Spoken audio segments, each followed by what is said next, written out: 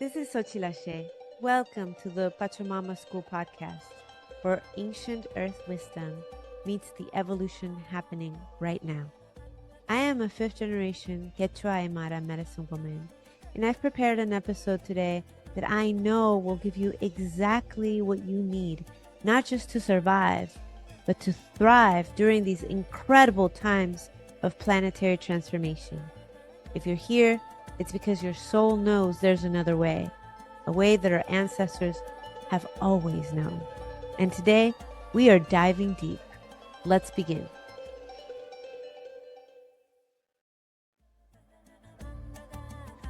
Hey, just a little note. When we were recording these podcast episodes, we thought that the name of this podcast was going to be Future Proof Earth. But as we sat down with spirit, with the earth, and with some medicine, we realized the real name of this podcast is Pachamama School. So enjoy this podcast. Just wanted you to know that the podcast has a new name. Love you. So we are here. I am so happy. I'm so happy. I have been following the Money Witch for, I think, about 10 years now. And it was really important to bring her to have this conversation today, given the atmosphere, the ecosystem that we are experiencing. We just had the LA fires. People have had to evacuate from earthquakes in Santorini, Greece. And I'm not even going to talk about what's been happening politically, but we really are here to create an earth that is future proof earth that we can see working so well for everyone. And what a great, incredible guest that we have today. So I want to introduce you guys to Jessie Susannah Karnatz, aka Money Witch. She brings capitalism, critical, shame-free education to healers, hustlers, and creatives in order to catalyze change in their financial lives. She believes healing our finances will bring blessing to our lives, our lineages, and our communities. Jessie Susannah is cult leader at Money Coven, an online web of magical beings who are healing their relationship with money, showing up for their financial self-care, and becoming powerful stewards to their resources. She lives on unceded Ohlone territory in the Bay Area, California, and you can find more information of her work at moneywitch.com. And we're going to give you all the good links so that you can connect with the Money Witch. Welcome. Thank you so much for having me. Yeah. Before we started recording, I was sharing with you how I was listening to your book, Money Magic, on audio. And I love this one part because I feel like that's the intersection between my work and your work. So I want to read this quote from the book, if that's okay. Great. So you said, I'm not going to pretend to be able to meet you in every part of your experience and identity, but I can promise you I don't sound like a banker and I don't sound like your dad getting mad at you for not taking his advice. I sound more like a finance maven, Susie Orman, took psychedelic mushrooms. Yes. I'm so happy. I'm so happy you're here. Would you do us the honor of just opening up the sacred space so that folks can take a moment, whether they're at home listening, just taking a pause, or if they're driving, they could just open their heart so that they can receive all the medicine that is here for them today?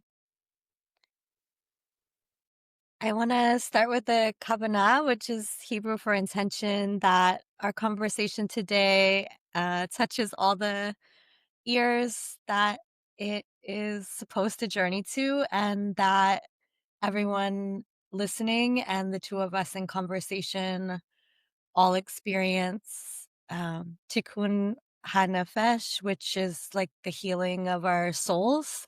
That this conversation is in service of what our souls have come here to do, and that it has tremendous ripple effect for healing tikkun olam, healing of the world and the collective, and brings blessing that reverberates throughout the generations. Mm, Thank you. thank you so much. So I always like to begin with your Genesis story. Like, how did it all begin? I think that your story is quite phenomenal in that you really had such a journey into coming into this financial education and being a teacher of that with also great spirit. Um, and I know that you were a stripper at some point, um, and had many jobs. Also struggled a lot with money. That was part of your quest, I would say. And so, can you share for those of us that haven't heard your story, how you got here? Yeah. Um, so we call Genesis Bereshit. It means Genesis in Hebrew. So the Bereshit is yeah, I went to liberal arts college for 1 year. I dropped out. I spent some years kind of like traveling around, moving around. I spent almost 10 years working in the sex industry, mostly as a stripper.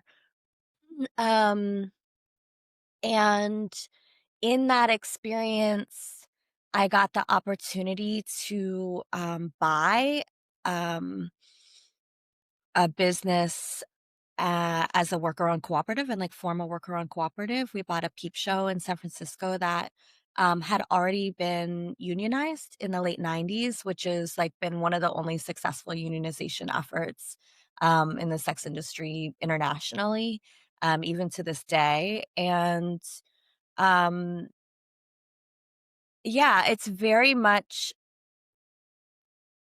a journey of, like, I just have said yes, it's like when the path opens up, I just say yes and I go, and I feel very much like, all of my work is channeled. It doesn't really even really feel totally like mine, like I'm the vessel, right? So it's like my job to take care of the vessel, um, and to kind of like direct the flow. Um, but I started another business out of there. I got very interested in working with worker-owned cooperatives about why when people have financial information and we know the right way to do things, we still don't all do it that way, We still struggle to show up with money. I could tell that there's a lot of unhealed content, I guess, that was really preventing people from making money and being financially successful, and being in the worker co-op, world. Yeah, it was sad because I was like, there's all these people who are trying to create new ways of being, who are trying to create ways of being outside of capitalism, who are reclaiming old ways of being, who wanna work in with more cooperation and less, competition, and then, we're all broke, And I'm just like, "This is not it." Like, this is not it, this is not helping. I don't think that the ethos here is, necessary, and I don't think it's even coming from intentional political choice, I think it's coming from unhealed content. So, I got very interested in that thread, and I started out doing more, well and like you're saying, I took a couple years where I wasn't working very much. I was pregnant. I was really sick when I was pregnant. I had my son.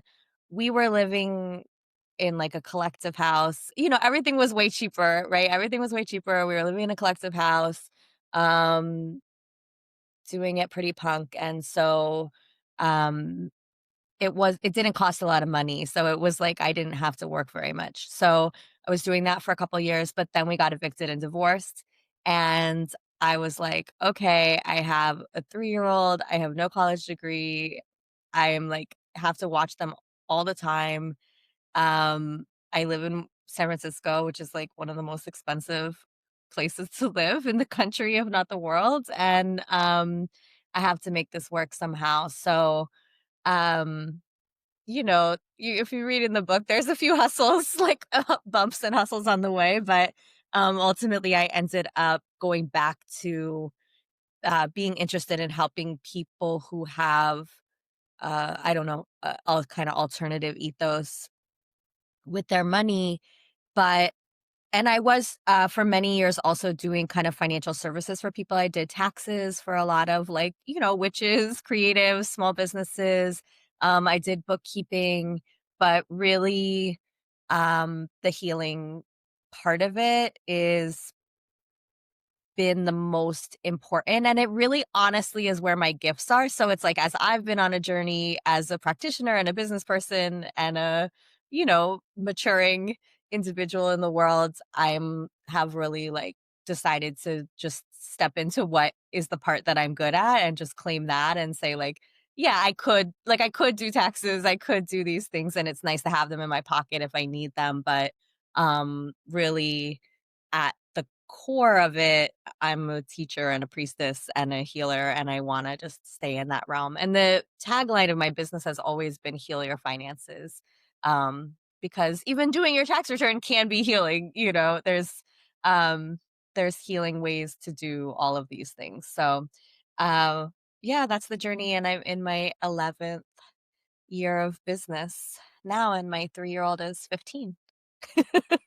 Oh, congratulations. Yeah. Congratulations. And I'm so glad that thanks to your journey, we really get to hear your voice and your wisdom.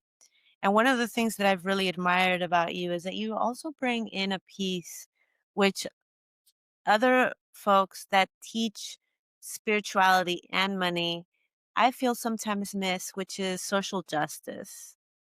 And can you talk a bit about that? You definitely talk about like how to um I'm gonna let you say it, but like how do we deal with capitalism and still thrive financially? Okay, I'm gonna answer it as a couple different questions. So, firstly, I'm gonna say, um, I don't even call it social justice. Like when I'm thinking about bringing it in, I just am like, it's reality. Like if we're bringing in, and it's like whatever. We're both people who accept there's multiple dimensions of reality. Reality is complex. It's much more than we can see, but um my one of my fundamental spiritual beliefs that is underlying all of my work is um your soul meets your body meets this moment in time space for a reason with a curriculum. It's part of your soul evolution. You're doing this thing I invoked at the beginning, tikkun hanafesh. You're healing your soul as part of a larger trajectory of tikkun al olam, which is like healing the world. And um so a lot of us who can tap into other dimensions or who are very spiritual or very creative, which, it's kind of the same thing. Um, it's like we can resist our human experience. Like we are like one foot out the door, like Yeah. take me back to the stars. You know what I mean? Like I know that I like don't like how much do I really have to do this human stuff? And I'm like, actually, you should immerse as much as possible in the human stuff because this is the most important thing your soul could be doing right now, right? Like for infinite amount of years, it was not doing this. For infinite amount of years, it will not be doing this. But it's like you have this short, like God willing, long, short, but like period of time where this is what you're doing and it's on purpose. Like you need your human body to be walking this geography at this time. I don't believe in that idea, like born at the wrong time or, anything like that, because it's like you need to do this. And the more that you do it, the more that you get, like, that's the most spiritual thing you could do, because this is like what spirit is calling your soul into doing right now. So the more resistant to it you are, the more kind of like out of line with the divine ask that you are. So, I don't need to think about money in a way that is strictly about tapping into a vibrational plane or anything like that. And I just started teaching a little bit in my money coven, which is like, a much smaller circle around things about like money and vibration and those kinds, because I'm like, this is true, but it's dangerous because people just wanna tap into that. They don't want to be in the very, like, human element of it, but the human element of it is, like, here we are, we're in late stage global capitalism, we're in racial capitalism, within colonialism. This is the financial reality, and finances, money is one of the biggest pieces of being human. It's not like this necessary evil that we have on the side. Like, this is material survival. Like, you're in an animal body. Material survival's pretty much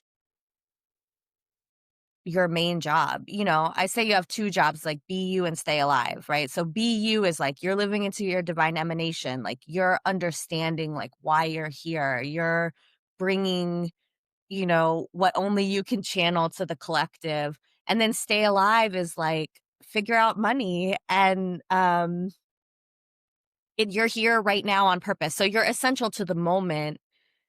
And that means the moment's essential to you, no matter how, annoying, devastating it is.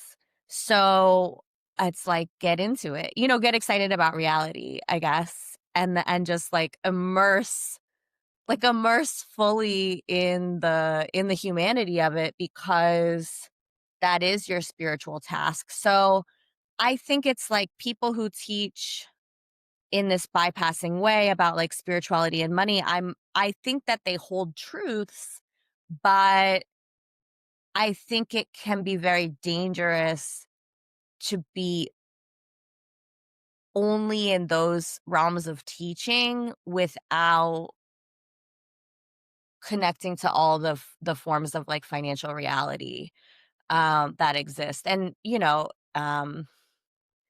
which brings up questions which I'm sure, like, exists in all of our lineages about, like, what are people teaching and, like, how, you know what I mean? Like, are they thinking about the ethics? Like, what are the ethics around, like, what people teach and give people access to? So I don't know. I think, like, within capitalism, it's like there's a million practical answers, like, how do we navigate money in capitalism? But this is the spiritual answer to me to how to navigate money in capitalism, to just be, like, really accepting. Like, not necessarily accepting of capitalism, but accepting of this moment of, like, landing on Earth now, and that and and the extent to which capitalism and this version of capitalism that we've talked about plays a role in that experience, and to not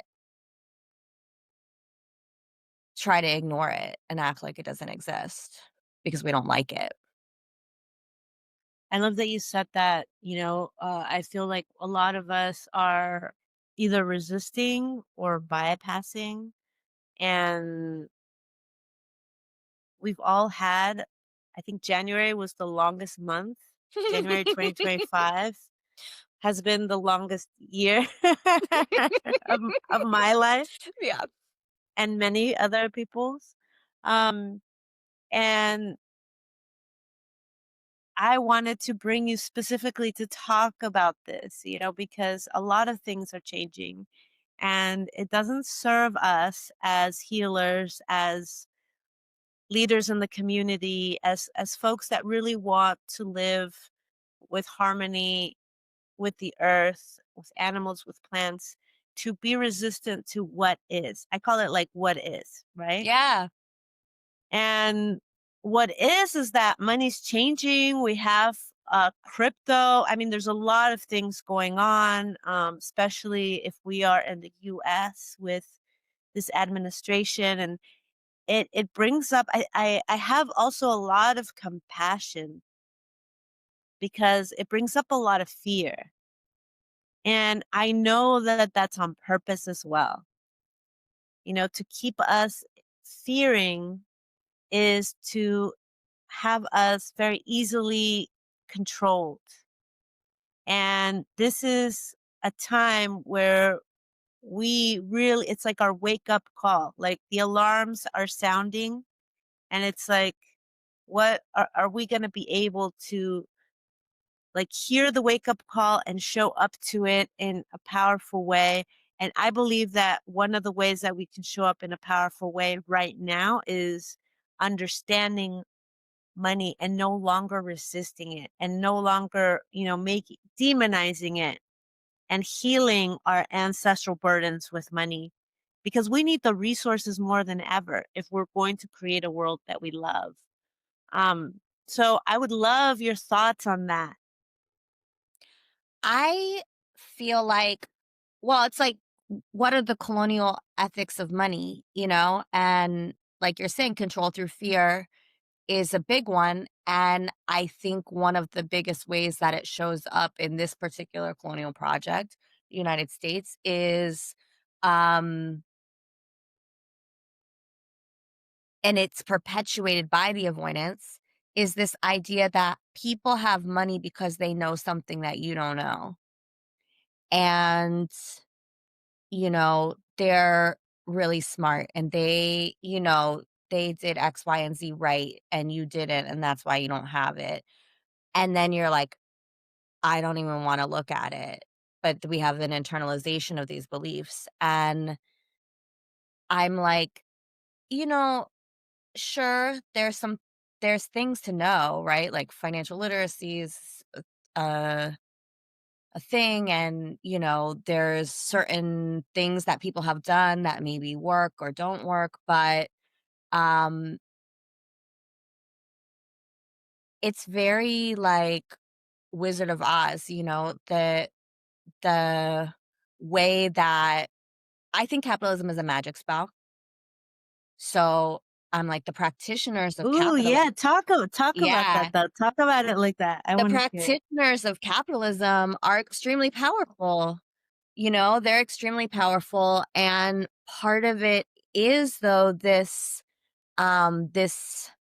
magician type behavior where they're like concealing, and showing this very like big powerful front, right? Like oh, it's this big scary thing, we know these things, this big scary thing, and it's like if you pop it, inside of it, it's just some fucking guy, like it's not, they don't really know that much. And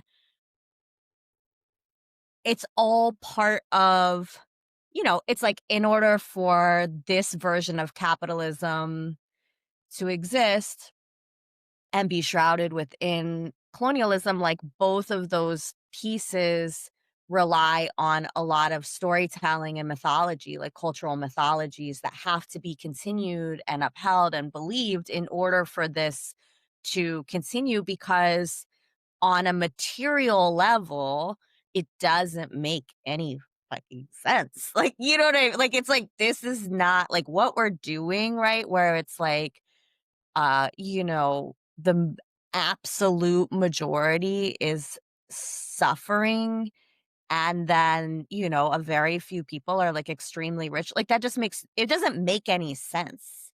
It's not practically sensical, so it has to be, but yeah, we keep, all playing our little parts in like how it gets like that. So it's like, you know, the stories have to be perpetuated, and I think a lot of those stories get perpetuated through this avoidance, lack of wanting to engage with it, and therefore in some ways a lack of like counter magic. I think that anti-capitalist magic, liberatory magic, um, against capitalism, collective money magic against capitalism, or just like in the face of capitalism. It doesn't even have to be against anything, right? Like these things are very powerful, but they require that we're in deep relationship with money. And in order to be in deep relationship with money and be intimate with money and be intimate with the parts of yourself that show up around money, you have to get in and do this journeying, the intimacy work, the shadow work, all the things that are a part of intimacy, because otherwise you are, yeah, it's just like the relationship doesn't have the depth for you to really get in and do the magic. So the avoidance, the avoidance like feeds the monsters, I guess. Yeah. When talking about money and how we heal our ancestor lineages, I always say that if we have a problem with resources, with money specifically, it's like we were it was it's not that the monetary system is broken so that there's like, oh, we have to fix it. It was that it actually was created to be broken. It Mm. was created to educate some and keep others from that education. Mhm. And so it's our job to get through the resistance, um and get educated, and like you said, like heal our shadows with it, and everything that comes with it, because it's like, I know that in my lineage, as an Indigenous person, um like, we never had any conversations about money, or like the most uh you know the biggest conversation in my family and like a lot of people around me growing up in Peru was like, save money.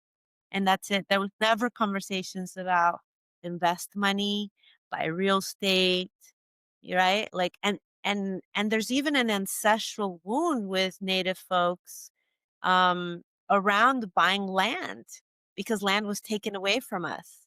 Right. So I'm really, really interested in, like, what are some of these solutions? How do you get your students, your participants of your work, um, to move through this this muck of like we've talked about, resistance, bypassing, um, and also just really want to be conscious to say that it's not our fault. For many of us, it's not our fault that we're not good with money, because I think that some of us like blame ourselves for being bad with money, blame ourselves for being poor.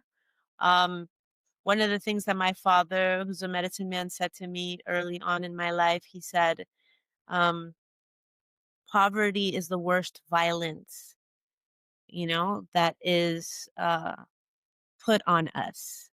And I was like, wow, okay, so it's like it's put on us, meaning like, yeah, we might be poor and we feel like we are so ignorant or we don't have virtue because we're poor, but actually it's a system that's extremely violent that keeps us poor. Um so yeah, I'm excited. I would love to hear some of the ways that you support folks. What are some of the solutions to get us to the other side? Before we continue with the rest of this episode, I'd like to take a moment to thank the sponsors of this podcast. This podcast is made possible by one of our sponsors, Microdosify. Their mission is to combat the global mental health crisis one person at a time through quality psychedelic education and community. They've just launched a new program called Microdosify Spaces, a community-led support group dedicated to helping you integrate your psychedelic experiences. And best of all, they are free. To learn more or sign up, visit the show notes.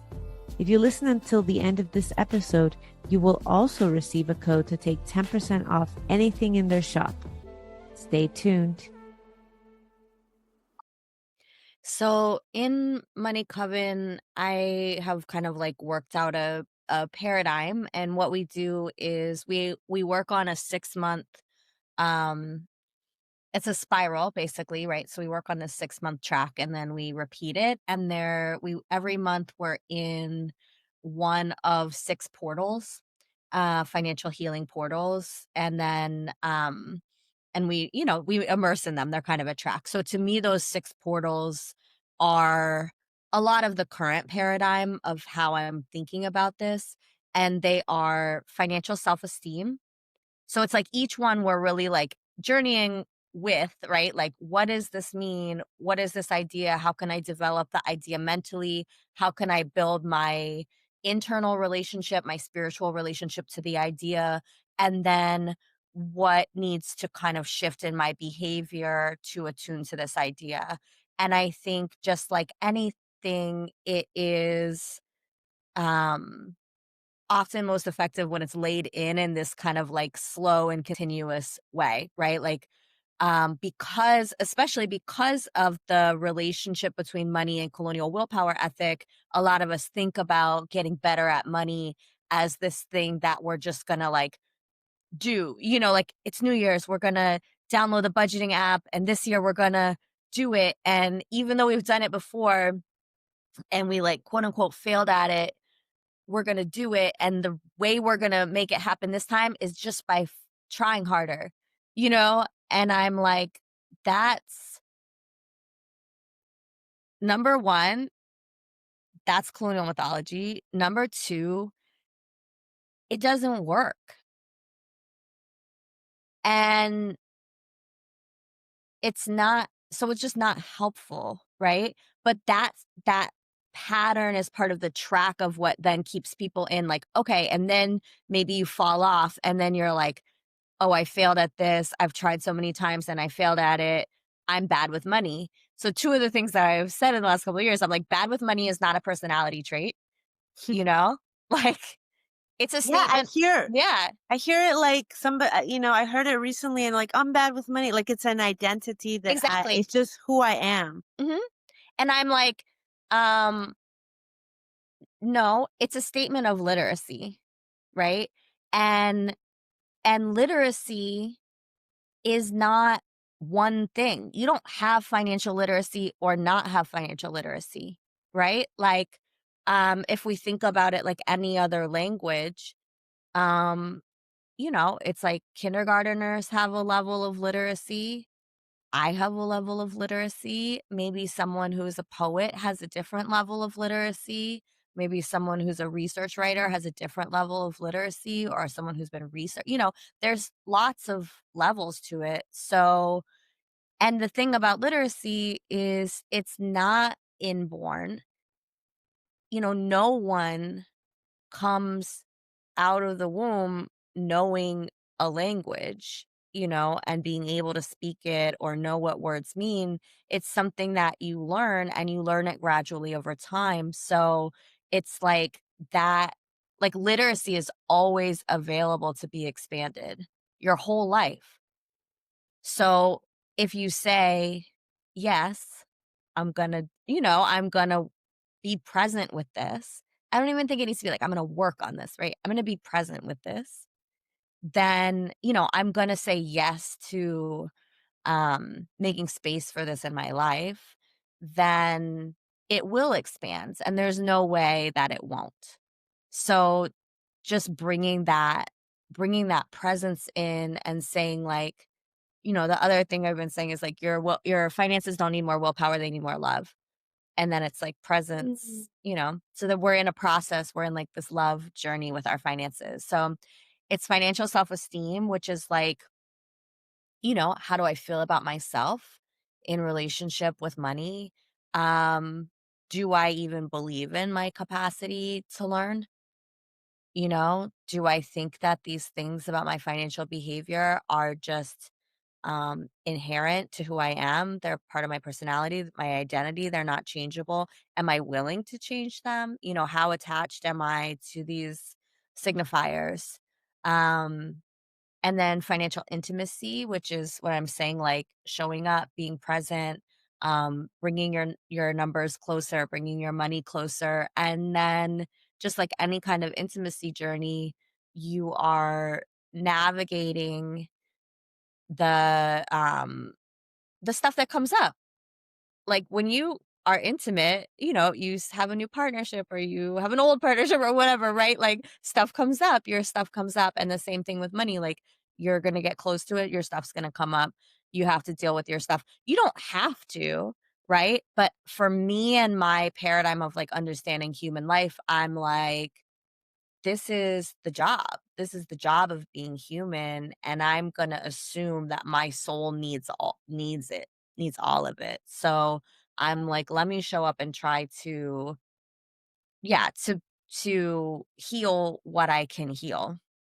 Um, okay, then financial literacy, right? So it's like we're kind of like, I have to believe that I can do it. I have to be unattached to my like, bad with money personality. I need to be willing to get close and see what comes up when I get close. Then I'm ready to learn. You know what I mean? Then I'm ready to expand my learning. Then we go into financial maturity, which is inner child work related to money. Um, and then financial authority, which is somewhat about some of these ideas that we've been talking about, like who gets to be the authority on money and why do we not consider ourselves to be a trustworthy source of authority around money. And then financial abundance at the end. And the definition of abundance that I work with is there is enough, I am enough, and I am as deserving as anyone else.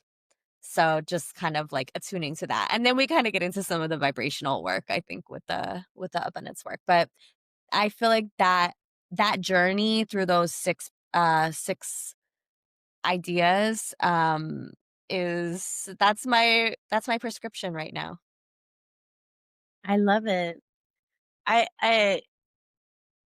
as I was thinking about the journey, what would you say to someone? Because what I've heard, and um it didn't feel good when I heard it, and I was like, I don't know about that. Like that's not how it is for me.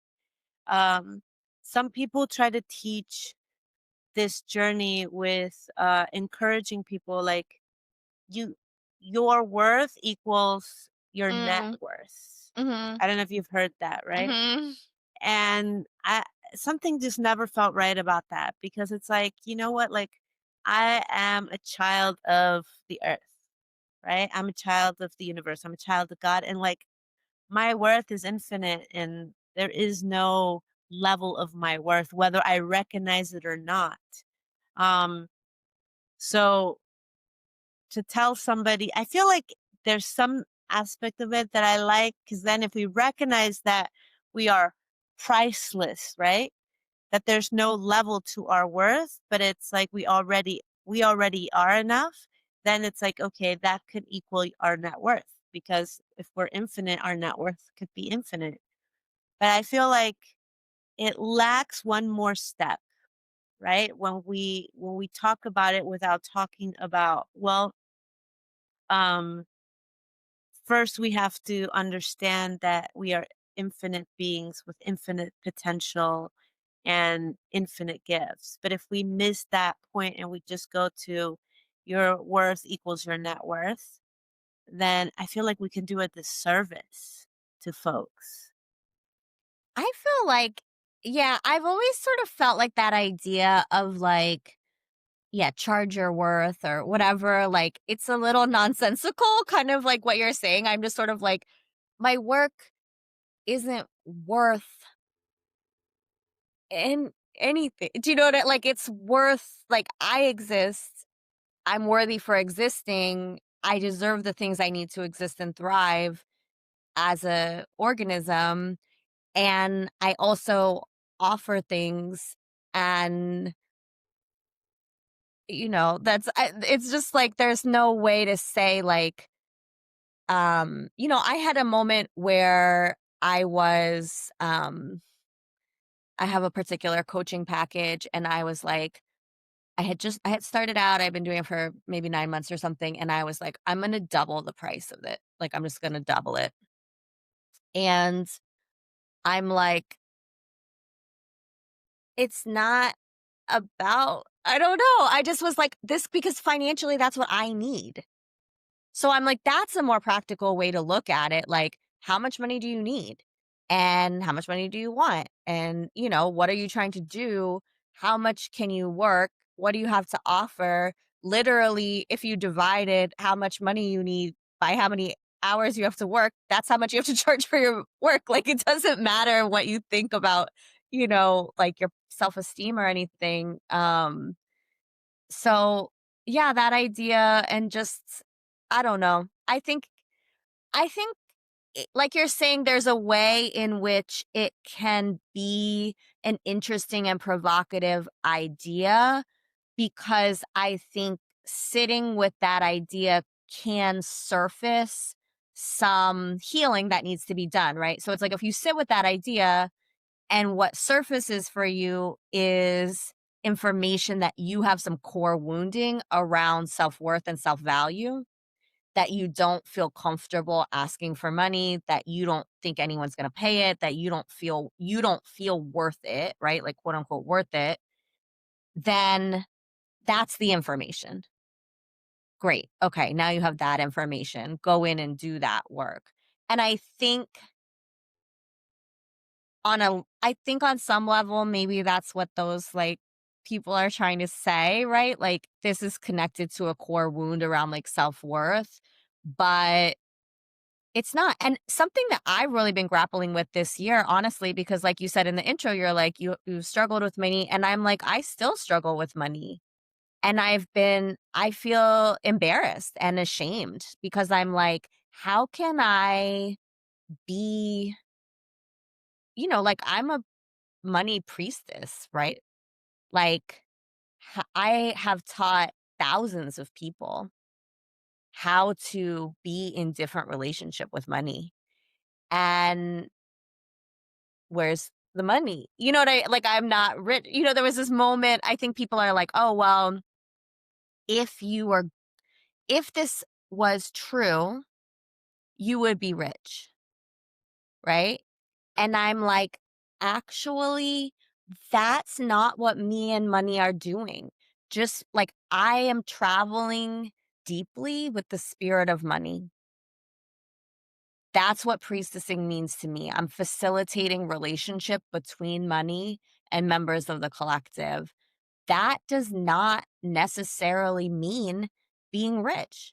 I hope it does one day, surely, but that's not the only thing that money needs from us, or that like the relationship with money is around, right? Like this is a entry point to profound healing about being human. And it's not just this linear thing of like, oh, you learn X, Y, and Z and then you get rich.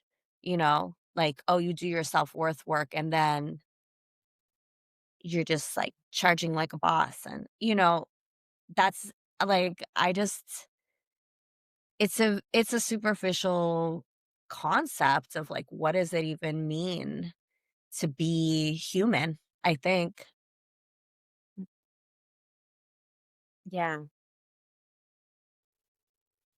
I think for me, every time it's like, you know, I had a goal like 5 years ago to make six figures. And I felt like for the first time, I had to be really specific about that in order to break through some old patterns, old ancestral burdens, because nobody in my family had made that money from having a business before. Mhm. And so I finally made it through to the six figures. And it's so interesting because what I learned when that happened was that it's always a constant evolution and expansion. And if, I'm sure there's a lot of entrepreneurs here that are listening. Um, Business is a journey that goes up, up, up, up, up, up, and down, down, down, down, down.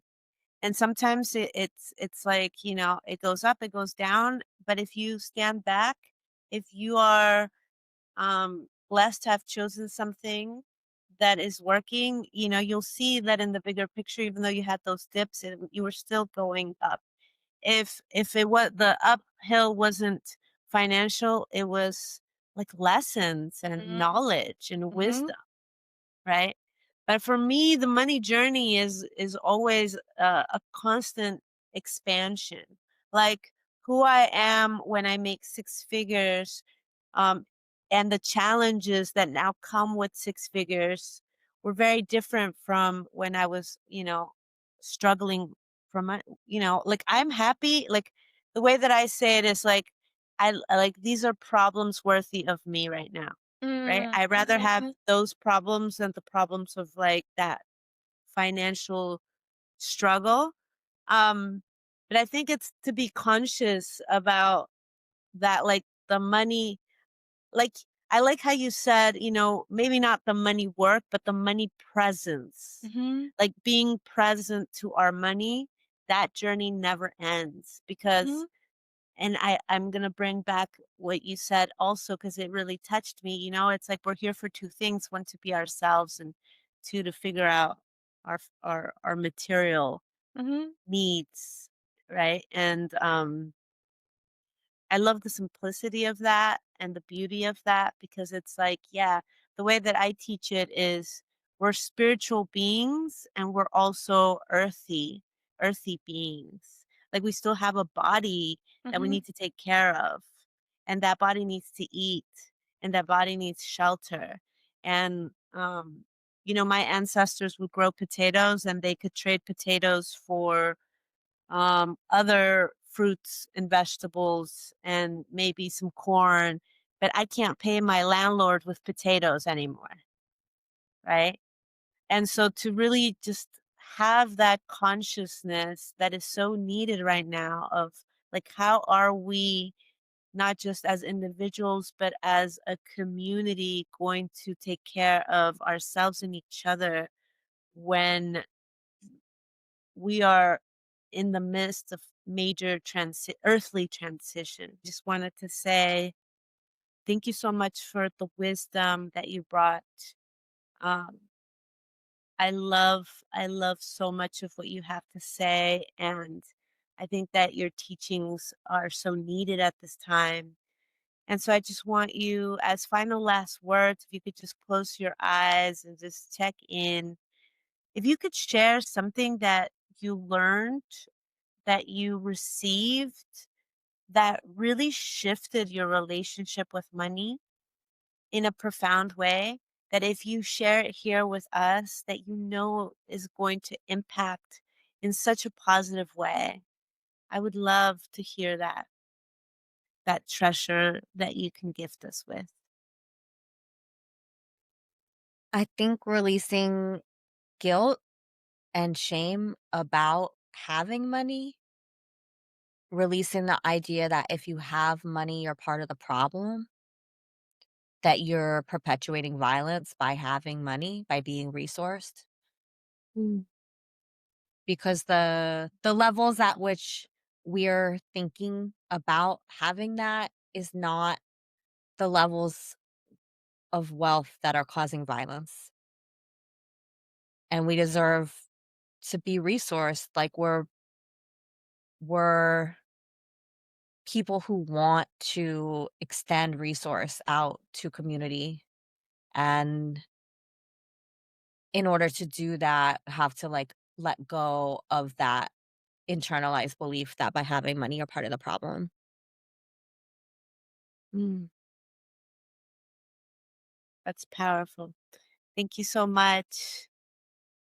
I'm so in appreciation of your presence here. And please, please, please go find the Money Witch. We're gonna put all their links on our um, summary of this conversation, so you can check her out at the Real Money Witch on Instagram. Also, you can go to her website, Money Coven.